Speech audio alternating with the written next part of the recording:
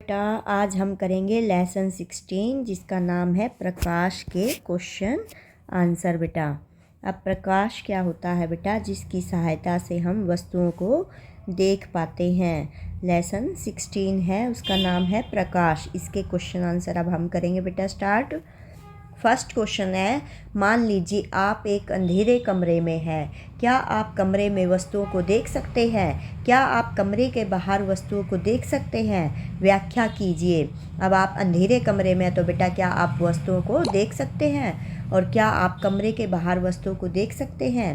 नहीं, अंधेरे में कुछ दिखाई नहीं देता क्योंकि कमरे में पड़ी वस्तुओं पर कोई प्रकाश नहीं पड़ रहा और ना ही वह स्वयं प्रकाश उत्सर्जित कर रही है। इसका मतलब है बेटा ना ही वस्तुओं का अपना प्रकाश है जो कहाँ रखी है, कमरे के अंदर।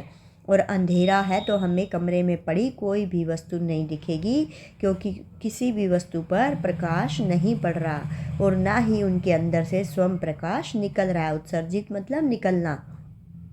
इसलिए अंधेरे कमरे में कुछ नहीं दिखाई देता। कमरे के बाहर की वस्तुएं दिखाई दे सकती है यदि उन पर प्रकाश की किरणें आपतित हों अथवा वे अपना प्रकाश उत्सर्जित करें। जैसे बेटा अब मान लो अंधेरा है तो आपको कौन सी चीज़ अगर आप बाहर देखेंगे कौन सी चीज़ आपको दिखाई देगी? जैसे आपको दिखाई देगा चंद्रमा, क्योंकि चंद्रमा का अपना प्रकाश तो होता नहीं है लेकिन वो कहाँ से प्रकाश ले लेता है बेटा? सूर्य से। तो इसके कारण वो हमें चमकता हुआ दिखाई देता है अंधेरे में भी, है ना बेटा। या उन पर प्रकाश की किरणें पड़े। अब प्रकाश की किरणें कब पड़ेंगी? जब सूर्य निकला होगा बेटा। आपतित मतलब उनके ऊपर गिरना, किसी वस्तु पर गिरना। तो अगर हम दिन के समय देख रहे हैं और दिन के समय कमरे में अंधेरा तो हम अंदर नहीं देख पाएंगे लेकिन बाहर की वस्तुओं को हम देख पाएंगे। और रात के समय देखेंगे तो बेटा उन वस्तुओं को देखेंगे जहाँ पर प्रकाश की किरणें उन पर गिर रही है, जैसे किसी की लाइट जल रही है, ट्यूब जल रही है ना। और या चंद्रमा निकल रहा है अंधेरे आसमान में तब भी हमें दिखाई देगा। नियमित तथा विसरित परावर्तन में अंतर बताइए। क्या विसरित परावर्तन का अर्थ है कि परावर्तन के नियम विफल हो गए हैं? अब परावर्तन के नियम क्या बताए थे बेटा आपको? परावर्तन के नियम देखो यहाँ आगे क्वेश्चन आएगा आपका, परावर्तन के नियम बताइए। फोर्थ क्वेश्चन है, पहले यही समझा देती हूँ बेटा। परावर्तन के नियम में क्या होता है? आपतित किरण। आपतित किरण बेटा किसे कहते हैं? जैसे ये हमारा कोई पृष्ठ है और इस पर ये प्रकाश की किरण गिर रही है तो इसे हम कहते हैं आपतित किरण। ठीक है बेटा, आपतित किरण। ये मैं आपको पहले बता रही हूँ परावर्तन के नियम। अब जब ये किसी सतह से टकराकर, पृष्ठ से टकराकर बेटा वापस जाती है तो इसको हम कहते हैं परावर्तित किरण। ये आई तो ऐसे है बेटा, जा रही ऐसे है, ये होती है परावर्तित किरण। अब इस पर अगर हम एक अभिलंब गिरे यानी कि बिल्कुल 90 डिग्री का, जैसे बेटा हम एंगल बनाते हैं, एकदम सीधी लाइन जब हम खींचे तो ये कोण और ये कोण बराबर होगा। अब आपतित किरण द्वारा बनाया गया कोण आई डिनोट करते हैं बेटा हम आई से, और परावर्तित किरण द्वारा बनाया गया कोण आर से डिनोट करते हैं। तो हम कहते हैं आपतित कोण मतलब एंगल आई बराबर है परावर्तित कोण यानी कि एंगल आर। ये आपने देखा बेटा, आपतित किरण द्वारा बनाया गया कोण और परावर्तित किरण द्वारा बनाया गया कोण बराबर होते हैं। तथा आपतन बिंदु पर अभिलंब, ये देख रहे हो बेटा, ये जहाँ पर गिर रही है किरण उसको हम आपतन बिंदु कहते हैं। क्या कहते हैं बेटा? आपतन बिंदु। जहाँ पर प्रकाश की किरणें गिरी यहाँ पर आपतित हो रही है और फिर यहाँ से ही परावर्तित हो रही है बेटा, तो ये बिंदु कहलाएगा आपका आपतन बिंदु। ठीक है बेटा। इस पर जो हमने परपेंडिकुलर डाला, अभिलंब का मतलब बेटा ऐसे परपेंडिकुलर जो हम मैथ में कहते हैं ये डाला है, ये सभी एक ही तल में होते हैं। दिख रहा है बेटा, ये सभी एक ही तल पर है, आपतित किरण, परावर्तित किरण और ये अभिलंब। और जहाँ पर ये गिर रहे हैं बेटा, जहाँ से परावर्तित हो रहे हैं उस बिंदु को हमने नाम दिया है आपतन बिंदु। ठीक है बेटा। और ये है हमारा अभिलंब। ये सारे क्या है? एक ही तल में है। तो ये है बेटा आपका परावर्तन के नियम। आपतित कोण बराबर है परावर्तित कोण के। ये कोण बना है बेटा, ये तो किरण थी और ये है आपतित कोण। क्या बना है बेटा यहाँ पे? आपतित कोण। और यहाँ क्या बना है? ये अंदर की ओर परावर्तित कोण। ये परावर्तित किरण थी बेटा जो गई थी ऐसे, और ये अंदर जो कोण बना ये एंगल जो है वो है परावर्तित कोण। ठीक है बेटा, आपतित कोण बराबर है परावर्तित कोण, ये परावर्तन का नियम कहता है। और आपतित किरण आपतन बिंदु पर अभिलंब तथा परावर्तित किरण सभी एक ही तल में होते हैं। एक बार फिर से देख लो बेटा, ये हमने कोई तल लिया है, इस पे आपतित किरण आके गिरी है और फिर ये टकरा के वापस जाएगी, और जब हम इस पर अभिलंब खींचेंगे तो हमारा क्या होगा, आपतित किरण और परावर्तित किरण द्वारा बनाया गया कोण क्या होना चाहिए बेटा, सेम होना चाहिए। ठीक है, अब ये देखो, ये हम ऐसे लाइन खींचेंगे कि ये कोण जो होगा ये अब यहाँ पर आ रहा है बेटा, तो इसका एरो नीचे की ओर आएगा, और ये जो कोण बन रहे हैं ये कोण क्या हो रहे हैं बेटा, बराबर हो रहे हैं। क्या हो रहे हैं बेटा, बराबर हो रहे हैं। कौन कौन से, आपतित कोण बराबर है परावर्तित कोण। ठीक है बेटा, ये बीच में क्या है, अभिलंब है, ये आपतित कोण है, ये परावर्तित कोण है। ठीक है, इसको हम नाम दे देते हैं यहाँ पर angle I, angle R. Clear है बेटा, और ये है हमारा तल जहाँ पर ये गिरे, इसको हम कहते हैं आपतन बिंदु। अब इसमें देखो बेटा, इस क्वेश्चन में हमें परावर्तन के नियम का यूज करना है। नियमित परावर्तन और विसरित परावर्तन। नियमित परावर्तन जो होता है बेटा वो समतल और चिकने पृष्ठ पर होता है। जैसे ये है हमारा समतल और चिकना पृष्ठ है ये कोई हमारा, और ये नियमित परावर्तन हो रहा है। जैसे बेटा यहाँ पर किरणें आएंगी, ये प्रकाश की किरणें गुजरती है, ऐसे ही ये क्या होंगी, ये परावर्तित होंगी, यहाँ समांतर होंगी बेटा। ये समांतर का मतलब क्या है, इनके बीच की दूरी समान होगी।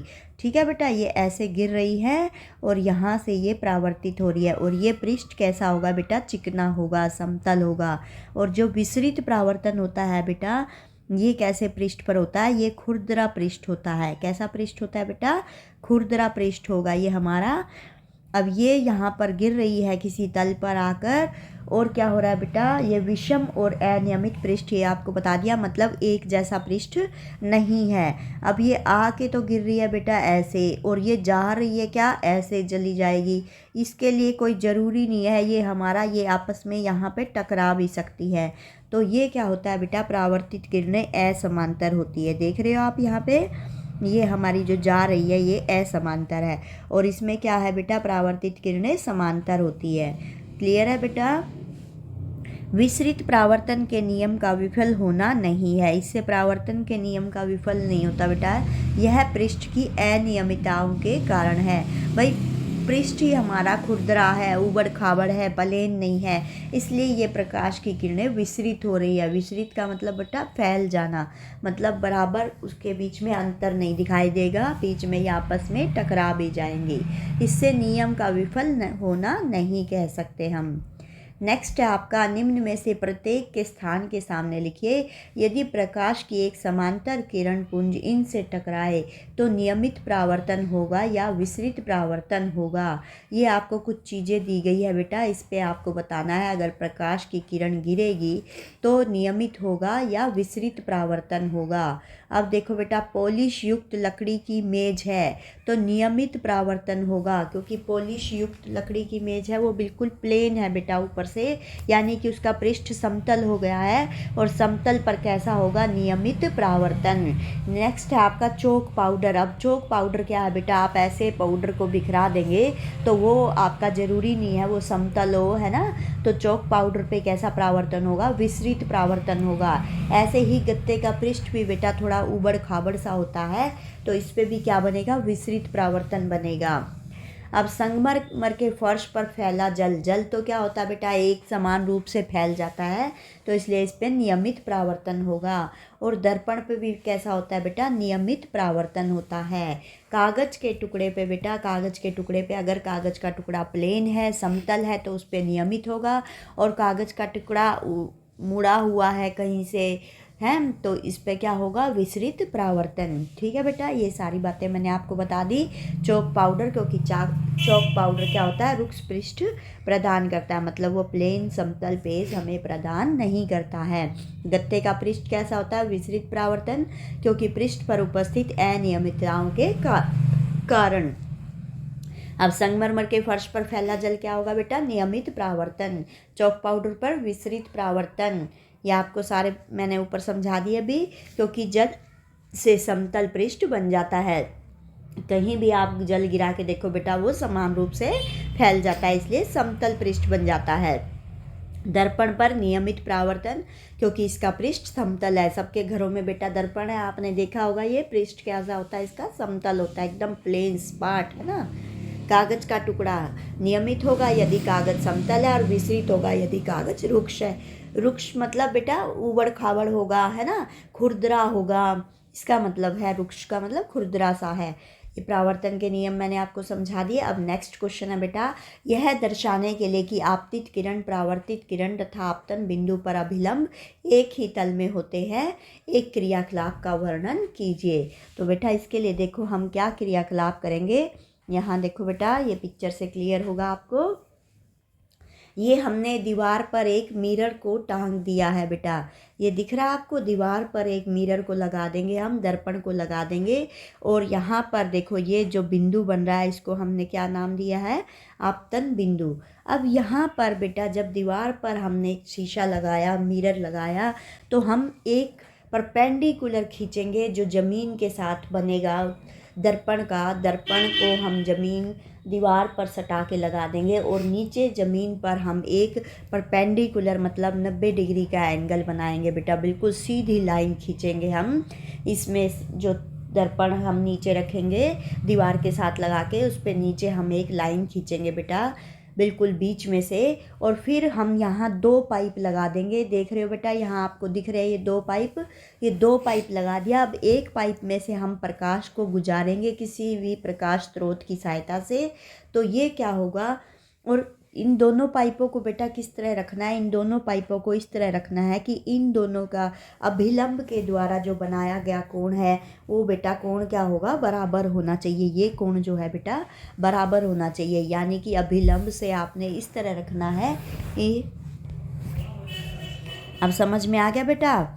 ये देखो, ये आपतन बिंदु है, और ये हमने आपतन बिंदु किसको माना है? ये हमने पहले ये मिरर लिया, शीशा लिया, इसको दीवार के साथ रखा सटा के, और फिर ये एक लाइन इसके बीच में से बिल्कुल खींचनी है, जिसको हम अभिलंब कहेंगे, जिसको हम मैथ में 90 डिग्री का कोण कहते हैं बेटा। बिल्कुल बीच में से ये परपेंडिकुलर खींचेंगे, और यहाँ पर 2 पाइपों को रखेंगे। देख रहे हो बेटा, ये पाइपों को रखा हमने। इस तरह रखना है कि ये दोनों अभिलंब के द्वारा अभिलंब के साथ सेम कोण बनाएं बेटा। जैसे यहाँ पर 45 का बनेगा, तो यहाँ पर भी 45 का बनना चाहिए। क्या होना चाहिए बेटा? यहाँ पर भी 45 का बने, ठीक है। ये 45 डिग्री के एंगल बन जाएंगे। और फिर हमने क्या करना है बेटा? ये जो पाइप आपको नज़र आ रहा है, इसमें से प्रकाश स्रोत से हम प्रकाश की किरण को गुजारेंगे, तो यह दूसरे पाइप में से अपने आप निकल जाएगी। इससे पता चलता है कि आपतित किरण, परावर्तित किरण तथा अभिलंब तीनों एक ही तल में होते हैं।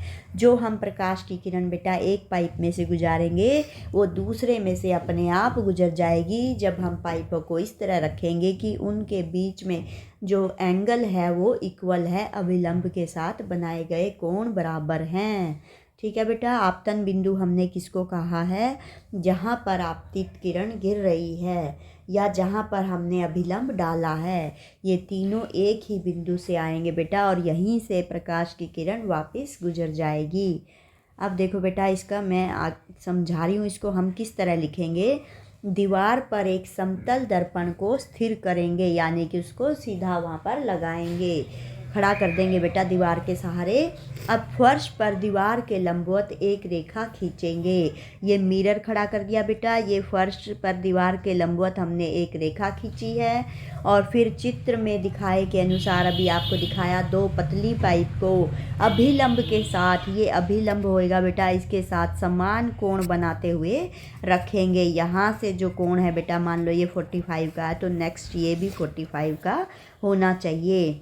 यहाँ एक में से हम, ये हमारा जो एक पाइप है बेटा, यहाँ पर एक पाइप हमने लगाया है, ये, और एक पाइप हमने यहाँ लगाया है। अब एक में से हम प्रकाश गुजारेंगे, तो ये दूसरे में से अपने आप निकल जाएगा।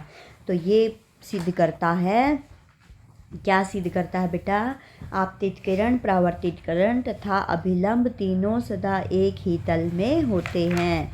ये आपतन बिंदु है बेटा, जहाँ पर ये किरणें गिर रही हैं और वापस जा रही हैं, ये आपतन बिंदु है। अब ये सारा समझ आ गया होगा बेटा। दो पतली पाइप को अभिलंब के साथ समान कोण बनाते हुए रखेंगे। जब एक पाइप से होते हुए किसी प्रकाश की किरण को गुजारा जाता है तो यह पाया जाता है कि परावर्तित किरण दूसरे पाइप से निकलती है। इससे यह सिद्ध हो गया बेटा जो हमें सिद्ध करना था। ठीक है। अब नेक्स्ट है आपका, नीचे दिए गए रिक्त स्थानों की पूर्ति कीजिए। एक समतल दर्पण के सामने 1 मीटर दूर खड़ा व्यक्ति अपने प्रतिबिंब से डैश दूर दिखाई देता है। अब देखो बेटा, ये हमारे घर में समतल दर्पण है और हम मान लो यहाँ पर 1 मीटर की दूरी पर खड़े हैं, तो हमारा प्रतिबिंब हम वस्तु से जितनी दूरी पर खड़े होते हैं, प्रतिबिंब दर्पण के पीछे उतनी ही दूरी पर बनता है। 1 मीटर तो 1 मीटर। अब ये बेटा देखा आपने, प्रतिबिंब जो होता है वो दर्पण से उतनी ही दूरी पर बनता है जितनी दूरी पर हम खड़े होते हैं। मान लो अगर हम 2 मीटर की दूरी पर खड़े हैं तो ये 2 मीटर पीछे बनेगा। अब यहाँ पर 1 मीटर कह रखा है तो बेटा 1 मीटर यहाँ आगे हम खड़े हैं और 1 मीटर दूरी पर ही ये बना। तो कितनी दूरी पर हुए हम प्रतिबिंब से बेटा? हम प्रतिबिंब से 2 मीटर की दूरी पर हो गए। देखो इसको और इसको प्लस कर दोगे तो कितनी दूरी पर हो गया बेटा? ये 1 और 1 कितना हो गया? 2 मीटर की दूरी पर। ठीक है बेटा। अगर 2 होता तो 2 और 2 कितना हो जाता? 4 मीटर की दूरी पर। अब हम खड़े हैं 1 मीटर की दूरी पर, 1 मीटर की दूरी पर प्रतिबिंब बना है, तो इस प्रतिबिंब से हमारी कुल दूरी कितनी होगी? 1 और 1 2 मीटर की दूरी पर। तो यहाँ आंसर क्या आएगा बेटा? 2 मीटर पर। समझ में आया? प्रतिबिंब ये है, प्रतिबिंब मतलब हमारी जो इमेज हमें शीशे में, मिरर में दिखाई देती है। यहाँ पर हम खड़े हैं, वस्तु है कोई, ठीक है। और ये अगर पूछता दर्पण से कितनी दूरी पर प्रतिबिंब बन रहा है तो 1 मीटर की दूरी पर हम कहते, और प्रतिबिंब से हमारी दूरी कितनी है या आदमी की दूरी कितनी है तो वो हो जाती है बेटा डबल। यदि किसी समतल दर्पण के सामने खड़े होकर आप अपने दाएं हाथ से अपने डैश कान को छुएं तो दर्पण में ऐसा लगेगा कि आपका दायां कान बाएं हाथ से छुआ गया है। उल्टा दिखाई देता है बेटा। दाएं हाथ से बाएं कान को छुओगे तो ऐसे लगेगा आपका दायां कान बाएं हाथ से छुआ है। ठीक है। आप शीशे में करके देखना बेटा।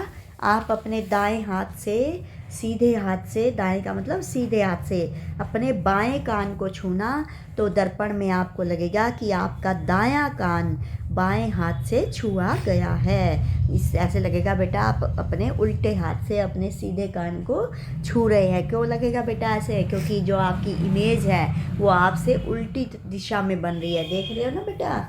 आप जैसे खड़े होते हो पूर्व की ओर तो वो जो आपकी प्रतिबिंब है, आपकी जो इमेज है, वो आपको कहाँ दिखाई देगी? आप किस में कर रहे हो बेटा? पूर्व की ओर मुंह, तो वो पश्चिम की ओर मुंह करके दिखाई देगा, है ना।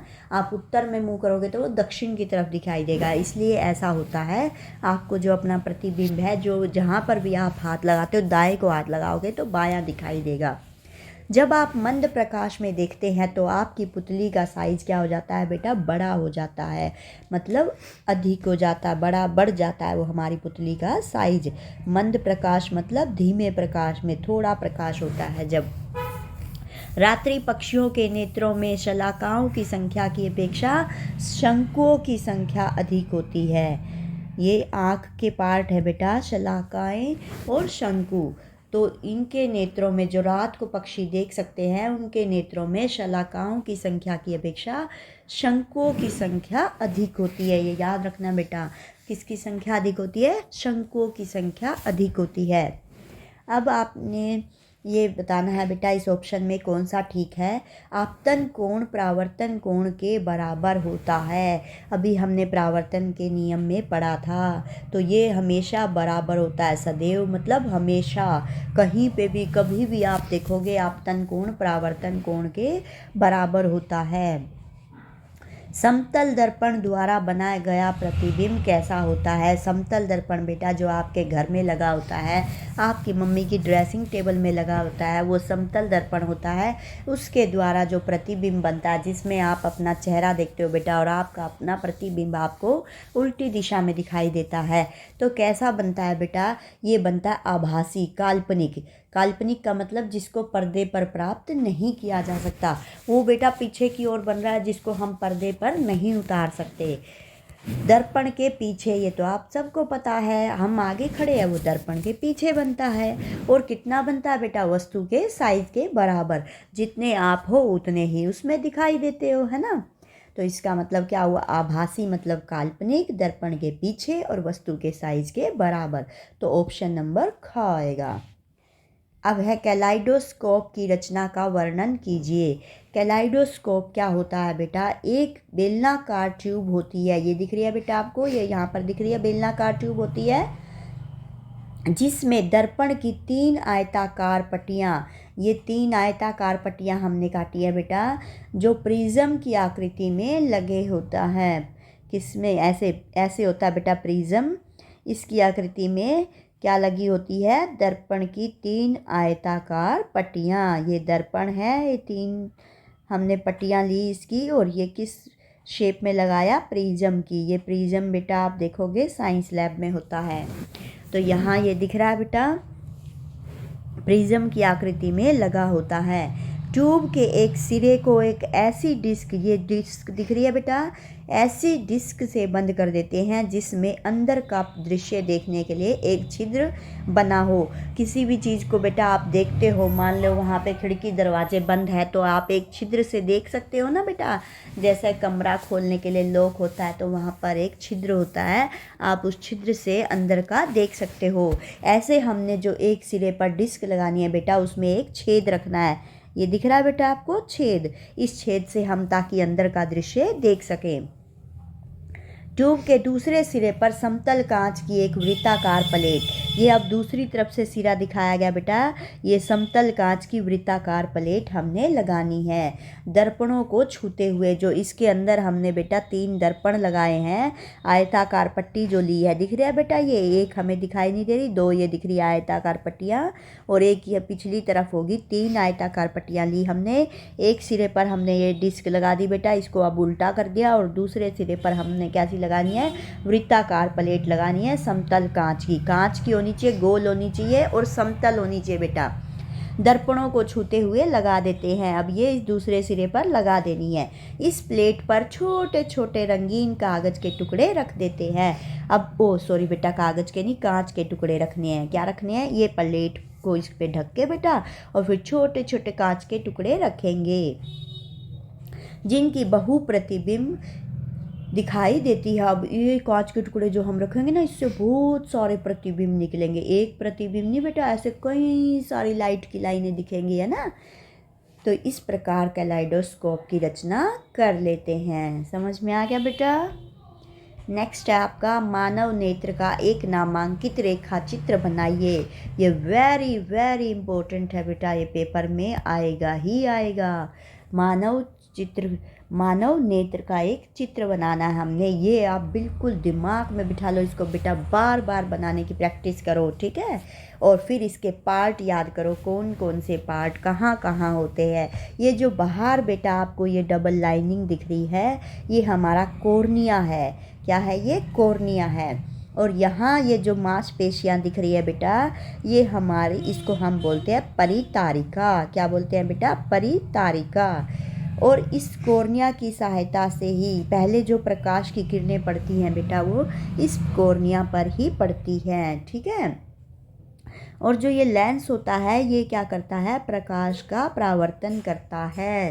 परावर्तन का मतलब क्या है बेटा? जब हम किसी वस्तु पर जब प्रकाश की किरण गिरती है, तो वो टकरा कर वापस आती है, इसे ही प्रकाश का परावर्तन कहते हैं। जैसे यहाँ पर कोई हमारे पास ये तल है बेटा, इस पे किरण गिरी और टकरा कर वापस आई, तो ये काम किसकी सहायता से हो रहा है? जो हमारे आँख में लेंस है बेटा, ये क्या होता है? बीच में से चौड़ा होता है और किनारों से पतला होता है। और यहाँ ये जो पतला सा दिख रहा है बेटा, ये होगा इसकी पेशी। क्या होगी बेटा? पेशी। इसको हम कहते हैं पक्षमाभ पेशी। और ये यहाँ पर दिख रहा है बेटा ऐसे, ये हमने बनाया है प्रकाशिक तंत्रिका। क्या है बेटा? ये प्रकाशिक तंत्रिका। और ये जो अंदर की जो लाइन दिख रही है बेटा, ये है हमारी रेटिना। इसलिए आपने इस पिक्चर को बेटा बार बार बना के देखना है और प्रैक्टिस करनी है किस पार्ट को हम क्या कहते हैं, क्योंकि पेपर में सोचो ये आया ही हुआ है। ठीक है बेटा। अब नेक्स्ट है हमारे पास गुरमीत लेज़र टॉर्च के द्वारा पाठ्य पुस्तक के क्रियाकलाप 16.8 को करना चाहता था। 16.8 में क्या है बेटा? आँख के अंदर टॉर्च की सहायता से देखना। क्या करना है बेटा? आँख के अंदर टॉर्च की सहायता से देखना। उसके अध्यापक ने ऐसा करने से मना किया। क्या आप अध्यापक की सलाह के आधार की व्याख्या कर सकते हो कि लेजर टॉर्च के द्वारा अध्यापक ने उसे क्यों नहीं देखने दिया, जबकि हमारी जो क्लास का क्रियाकलाप है, एक्टिविटी है, उसमें बेटा टॉर्च की सहायता से देखा गया। लेजर टॉर्च अलग होती है बेटा, और सिंपल टॉर्च जो हम घर में यूज करते हैं जब हम अंधेरे में कहीं जा रहे हो तो उसको देखने के लिए, रास्ते को देखने के लिए, या घर में हमारी कोई चीज़ ऐसी अंधेरी वाली जगह पे गुम हो गई है तो उसमें हम टॉर्च मार के देखते हैं ना बेटा। जब लाइट चली जाती है तो भी टॉर्च का यूज़ करते हैं हम। अब वो लेजर टॉर्च के द्वारा ये काम करना चाह रहा है तो उसके अध्यापक ने उसे ऐसा करने से क्यों मना किया? क्योंकि बेटा जो लेजर टॉर्च की किरण होती है वो आँख के रेटिना को क्षति पहुंचा सकती है। क्षति मतलब हानि, मतलब हमारे उसको ख़राब भी कर सकती है लेजर टॉर्च। ठीक है, इसलिए हम डायरेक्ट आँखों में लेजर टॉर्च से नहीं देख सकते। इसलिए अध्यापक ने उसे लेजर टॉर्च के उपयोग के लिए मना किया। क्यों किया? क्योंकि लेजर टॉर्च की जो किरण होती है वो आँख के रेटिना को हानि पहुंचा सकती है। ठीक है बेटा। नेक्स्ट है आपका, वर्णन कीजिए कि आप अपने नेत्रों की देखभाल कैसे करेंगे। ये तो आपको हमेशा मम्मी कहती होगी बेटा, क्योंकि आँखों की देखभाल, जो नेत्र है हमारे, प्रकृति की दी गई बहुमूल्य, बहुमूल्य का मतलब बहुत कीमती चीज़ है ये हमारे लिए। आँख नहीं होगी तो बेटा हम किसी चीज़ को कैसे देख पाएंगे, है ना। आप ये कल्पना करके देखोगी, अगर हमारी आँख नहीं होती तो हम कैसे वस्तुओं को देख पाते, कैसे हम फिल्म देखते हैं, कैसे हम अपनी मम्मी पापा को देखते, कैसे हम रास्ते देखते, तो बिल्कुल भी मज़ा नहीं आता ना हमें। तो आप देखो बेटा हम इनकी देखभाल कैसे करनी चाहिए हमें इनकी, है ना। नेत्र मतलब आँख हमारी। सबसे पहले हमें साफ स्वच्छ जल से प्रतिदिन नेत्रों की सफाई करनी चाहिए। आप भी करोगे ना बेटा ऐसा रोज़, या खाली पढ़ लोगे, याद कर लोगे? ऐसा हमें अपने जीवन में भी अपनाना चाहिए। बहुत तेज अथवा मंद प्रकाश में नहीं पढ़ना चाहिए। एक तो बेटा ज़्यादा लाइटें नहीं जलानी चाहिए और ना ही कम चलानी चाहिए, है ना। चलते वाहन में कभी नहीं पढ़ना चाहिए। अगर कभी आप यात्रा कर रहे हो बेटा तो उसमें भी हमें कभी नहीं पढ़ना चाहिए। बहुत तेज अथवा मंद प्रकाश में नहीं पढ़ना चाहिए। रोज़ हमें साफ स्वच्छ जल से नेत्रों की सफाई करनी चाहिए। आँखों को अधिक मलना नहीं चाहिए, आँखों को मसलना नहीं चाहिए बेटा। मसलते हो ना ऐसे आप अपने हाथ से, तो वो ज़्यादा देर तक नहीं करना चाहिए। बहुत गर्मी वाले दिन धूप के चश्मे उपयोग में लाने चाहिए। हमें क्या यूज़ करने चाहिए बेटा? जब तेज़ गर्मी होती है गर्मियों के दिनों में तो हमें धूप के चश्मे लगाने चाहिए। सूर्य को सीधा नहीं देखना चाहिए, एकदम से डायरेक्ट, ये नहीं कि हम सूर्य की तरफ आंखें करके खड़े रहे बेटा। और ना ही सूर्य ग्रहण को देखना चाहिए, याद रखोगे बेटा। एक तो सूर्य को सीधा नहीं देखना और ना ही सूर्य ग्रहण को देखना चाहिए। दूरबीन से देख सकते हो बेटा आप, है ना। स्वस्थ साफ आँखों के लिए विटामिन युक्त भोजन खाना चाहिए, और हमें भोजन भी अच्छा खाना चाहिए। जैसे बेटा सर्दियों में हमें गाजर, है ना, गाजर, टमाटर, ये हमारी आँखों को अच्छा रखते हैं क्योंकि इनमें विटामिन ए होता है, और हमारी आँखों के लिए विटामिन ए ज़रूरी होता है। हमें दूध तो गर्मी सर्दी हमेशा पीना चाहिए बेटा, ठीक है। यदि परावर्तित किरण आपतित किरण से 90 डिग्री का कोण बनाए तो आपतन कोण का मान कितना होगा। ये परावर्तित किरण दिख रही है बेटा, ये आपतित किरण से कितने डिग्री का कोण बना रही है। ये पूरा टोटल कितने का है बेटा, 90 डिग्री का। ये पूरा देखेंगे तो ये कितने का बन रहा है, 90 डिग्री का। अब ये कह रहा है तो आपतन कोण का मान, आपतन कोण बेटा ये होगा इतना, यहाँ से लेकर यहाँ तक। मैं आपको दूसरे पेन से क्लियर करती हूँ बेटा, आपतन कोण कौन सा होगा हमारा। यहाँ से लेके बेटा यहाँ तक जो ये है हमारा आपतन कोण, ठीक है। और ये जो इस तरफ बन रहा है ये होता है परावर्तन कोण, ठीक है बेटा। ये है परावर्तन कोण और ये है आपतन कोण। तो हमने देखना है कि आपतन कोण कितना होगा। ये दोनों क्या करते हैं बेटा, बराबर होते हैं हमेशा। हम कहते हैं एंगल आई बराबर है एंगल आर के, है ना।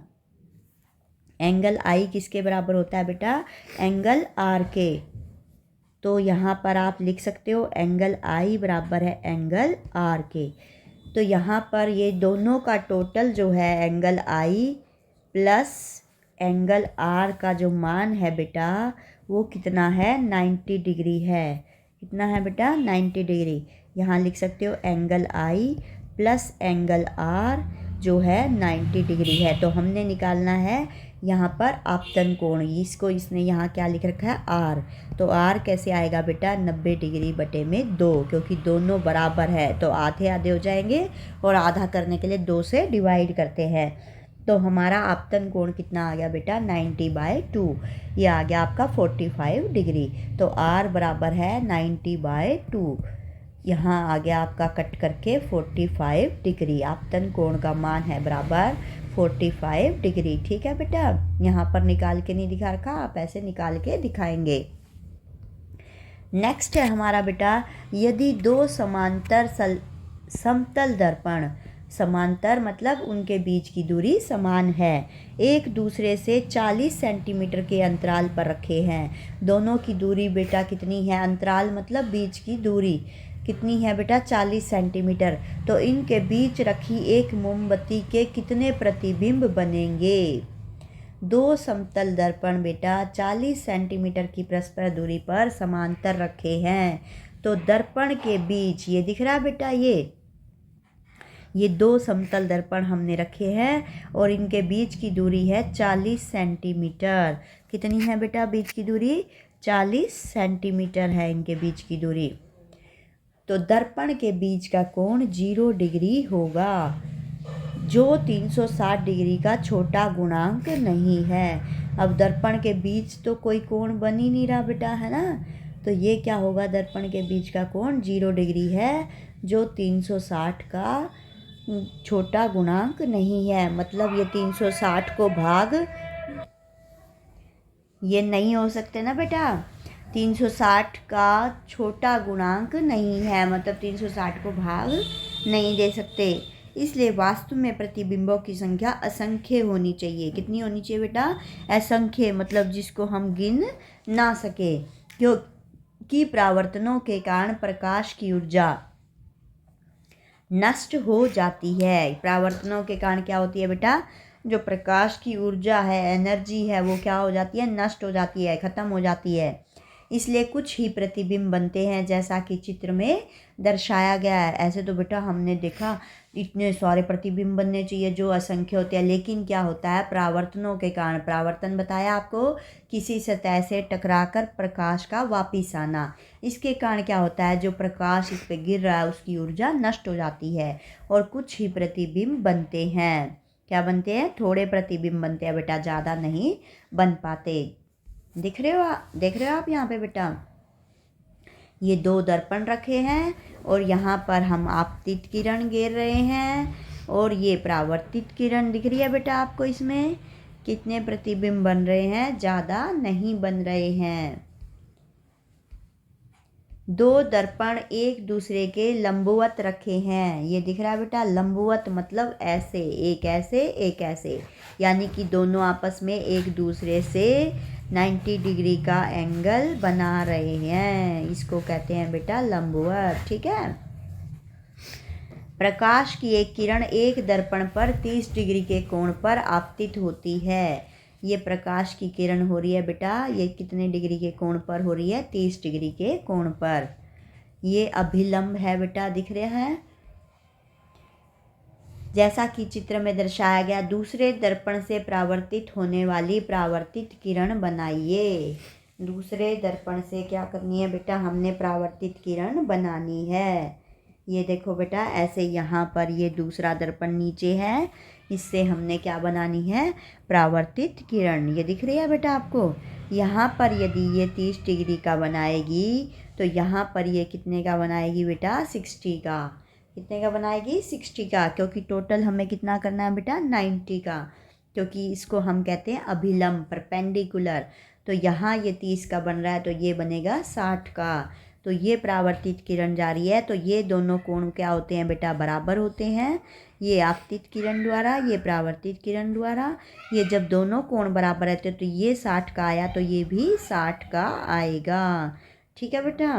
ये परावर्तित किरण द्वारा बनाया गया कोण कितने का होगा? 60 डिग्री का होगा। ये एक दर्पण द्वारा बनाया गया बेटा, आपतित किरण द्वारा बनाया गया कोण 30 डिग्री का, तो इधर भी 30 का होगा, है ना? आपको बताया आपतन कोण बराबर है परावर्तन कोण। यहाँ पर क्या बन रहा है बेटा? आपतन कोण। और यहाँ परावर्तित किरण जो आएगी इसके द्वारा क्या बन रहा है? परावर्तन कोण। ठीक है? अब दूसरे दर्पण पे कैसे बनाना बेटा? इसको जोड़ दीजिए इसी की तरह, ये 30 डिग्री को। और अब यहाँ पर अभिलंब जब गिरेंगे तो ये कितने डिग्री का बनेगा? 60 डिग्री का। अब इस तरफ 60 का है तो इस तरफ भी 60 का होगा। तो हमारा आंसर हो गया परावर्तित किरण द्वारा बनाया गया कोण 60 डिग्री का। इस तरह बेटा आपने पेपर में पिक्चर बनानी है। ठीक है? जो मैं समझाने के लिए टिक लगाती हूँ बेटा, ये आप मत लगाना, है ना? ये तो समझाने के लिए मैडम बार बार टिक लगा देती है। ओके बेटा, बाय बाय। नेक्स्ट वीडियो में आपकी सुदेश मैम आपसे फिर से मिलेगी बेटा। बाय।